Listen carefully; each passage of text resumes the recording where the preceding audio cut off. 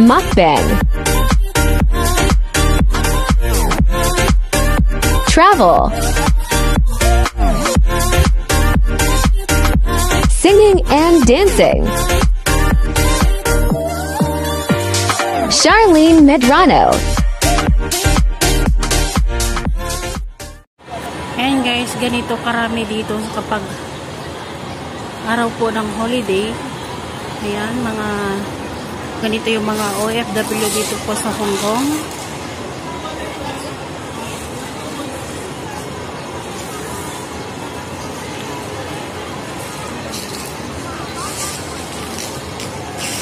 Ganito ang buhay po namin dito sa Hong Kong.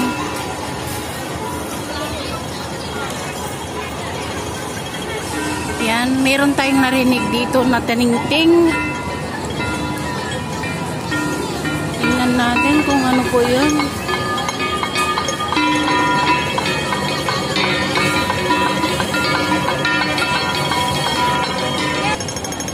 Yan. Halos mga Pilipino yung nandito guys. Dito sila nagtatambay.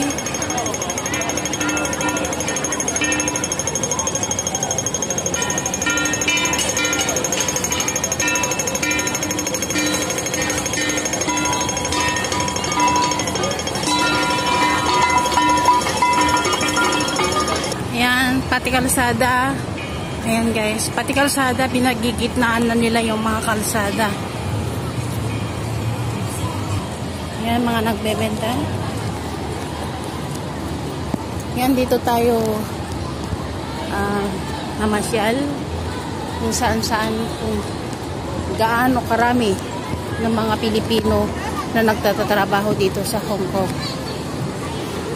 May mga part-time nagbebenta ng mga kung ano-ano para lang sa mga kanilang mga pamilya.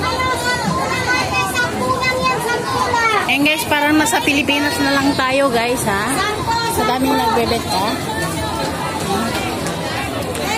Ayan, nag-aagawan.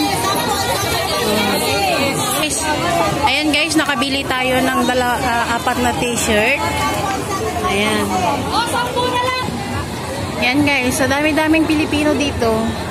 Dami-dami, grabe. Dito mo matatagpuan sa dami-dami ng mga Pilipino.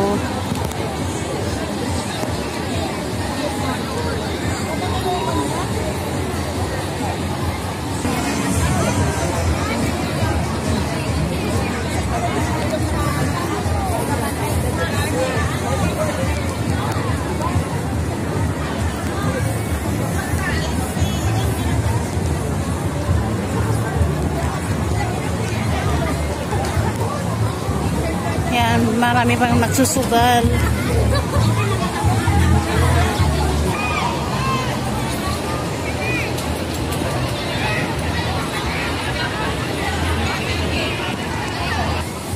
Ayan, maulan na guys.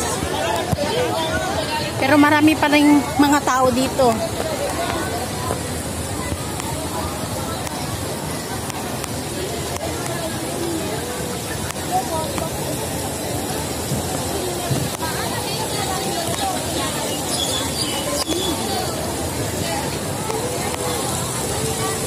Ito yung sinasabi nilang Black Man.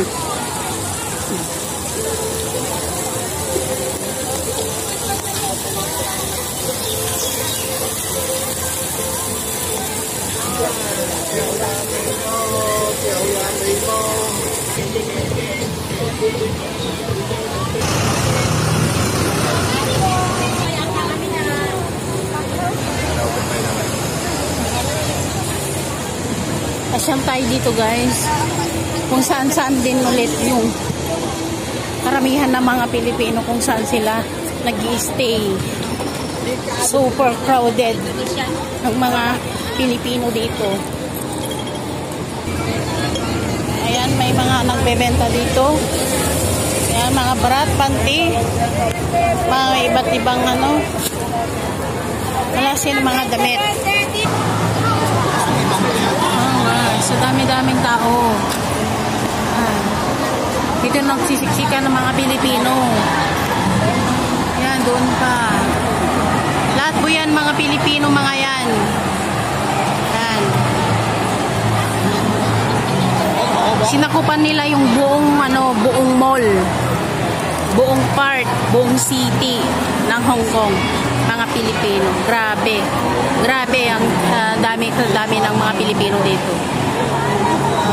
Ayan guys, thank you so much for watching you guys. And also to our team Organic. Thank you so much. Team TPCP, Team Gamo Production, Advocate. Ayan, thank you so much for supporting with me. Thank you so much guys. Bye bye guys.